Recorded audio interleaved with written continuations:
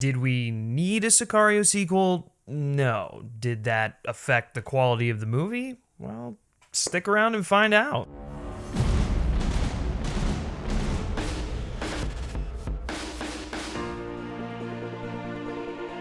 What is up, everyone, and welcome to Men vs. Movies. I'm Griffin, as always, and if this is your first time checking out the channel, thanks for that, and be sure to hit that subscribe button for more movie and television-related content on a weekly basis. So Sicario Day of the Soldado, or Sicario 2, whatever you want to call it, is being directed by Stefano Sollima. He's taking over for Denis Villeneuve, who directed the first one, and it's starring Benicio del Toro, Josh Brolin, Isabella Moner, and Catherine Keener. So this time around, the war against the Mexican drug cartels continues as they start to smuggle terrorists into the United States. FBI agent Matt Graver, played by Josh Brolin, once again calls upon assassin Alejandro Gilic, played by Benicio del Toro, and things start to escalate even further when their mission is to kidnap one of the drug lord's daughters in order to spark an all-out conflict between the cartels. So I was a massive fan of the first Sicario. I thought Denis Villeneuve did a great job of giving us this gritty,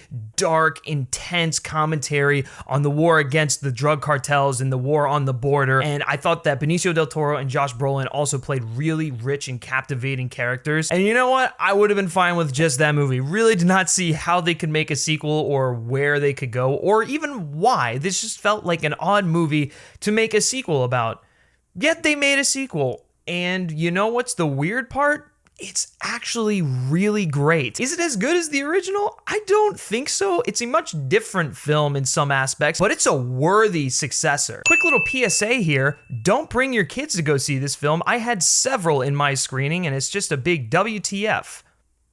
Come on, parents, you can do better than that. I really found Sicario Day of the Soldado to be a dark and gripping film, much like the first one, though not as gripping, I would say, that paints a pretty gritty and slimy picture of the war on the border. I mean, no punches are pulled here. We get some brutal action set pieces, dramatic tension that has you white-knuckled, and sprinkled in with some fairly gruesome imagery. And all of this adds up for a deeply satisfying entry in the Sicario series. Now, having said that, I do feel as though Soldado feels more like a movie than a commentary, which is what I thought the first one felt more like. And this makes it much more accessible to wider audiences, so I can understand why they chose to do this. Like I mentioned, if you look at it like this, the first Sicario was much more of a commentary on the war on the cartels, whereas Day of the Soldado is very much an action drama with this commentary in the background. And that's not really a negative at all. In fact, it helps give the film a modern, dark Western feel with outlaws as the main players, and all bets are off, making their actions unpredictable. And that leads me to my next point, which is that there are essentially no protagonists in this film at all. Now, this might be a negative for some, but as for myself, I quite enjoyed it, as we don't see too many films where villains are the main players. And it actually makes the film quite fascinating as a result. As we know from the original, not everything is black and white, and all parties involved usually have to plunge their hands into the filth in order to yield results. It just so happens that in the first film, we had Emily Blunt as essentially the eyes, ears, heart, and mind of the audience. In Soldado, we don't have that luxury, and I actually found it to be a pretty bold choice on the part of Taylor Sheridan, who is the screenwriter. For me, it added more to the raw intensity the movie had and gave us more from some characters that I found incredibly fascinating in the first Sicario. Speaking of the characters, performances. Josh Brolin and Benicio del Toro once again give fantastic performances, with del Toro being the definite highlight. I think my favorite part is how they delved just a little bit deeper into these characters and helped us get to know more about them. And this is especially true for Benicio del Toro's Alejandro. Alejandro is such a fascinating character because, for all intents and purposes,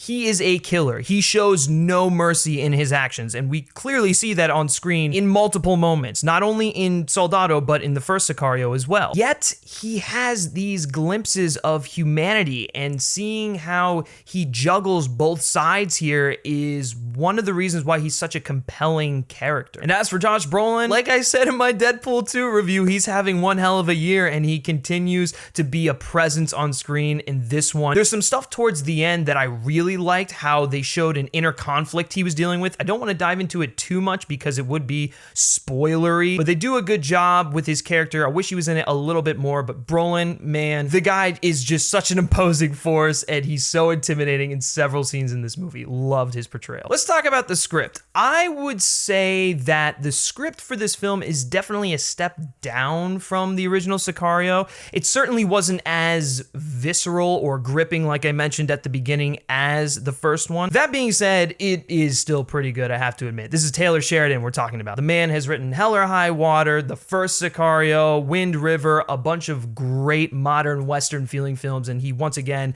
does a really solid job with this script. But the main issue I have with Soldado is that they present this story, and it feels as though this is the direction the story is going to go in. And then halfway through, they kind of switch it up, and we focus on this new narrative. The result is the film ultimately ends up juggling these story arcs and comes across as unfocused at times. However, Mr. Taylor Sheridan finds a way to make it all come together, even if there are a few plot conveniences, and it left me ultimately longing for the next chapter in the Sicario franchise. And that's really it, guys. I thoroughly... What? Thoroughly. I also said thoroughly. That I can throw a picture of. Yeah, it's me. And that's really it, guys. I thoroughly enjoyed Sicario, Day of the Soldado, Sicario 2, whatever you want to call it. I think it is a worthy addition to the Sicario franchise. It maintains that dark, gritty, disturbing look at the war on the cartel, war on the border, whatever you want to call it. And it also has fantastic performances from Josh Brolin and Benicio del Toro. It's exactly what you would want from a sequel to Sicario, given the fact that the first Sicario really shouldn't have had a sequel in the first place, but they made it, and it turned out pretty great. So for all those reasons and the reasons I mentioned throughout my review, I'm ultimately going to be giving Sicario, Day of the Soldado, Armored Up. Real quickly, I just want to let you guys know that I'm starting to post content on IGTV, which for those of you who don't know is Instagram's new YouTube-ish platform. So if Instagram is your preferred format to view content or just take in media, I'm going to be putting stuff there, and my handle will be down there somewhere on the lower third, so you can go check that out. So be sure to hit me up on there. It's good stuff. Thanks, guys, for watching. Hopefully you've enjoyed this review of Sicario, Day of the Soldado. If you've been lucky enough to see the film in advance, be sure to let me know your thoughts and opinions down in the comments section below. Or after you see it, be sure to let me know what you thought of the film, and are you a fan of the first Sicario? That's the real question here. And as always, if you like this video, be sure to like it, share with your friends, and subscribe to this channel for more movie and television related content on a weekly basis. You can like Men vs. Movies on Facebook and follow us on Twitter simply by searching Men vs. Movies. And lastly, guys, if you like me specifically and you like what I have to say, you can always give me a follow on Twitter at Griff Schiller. All right, that's gonna do it for this review, and until next time, take care.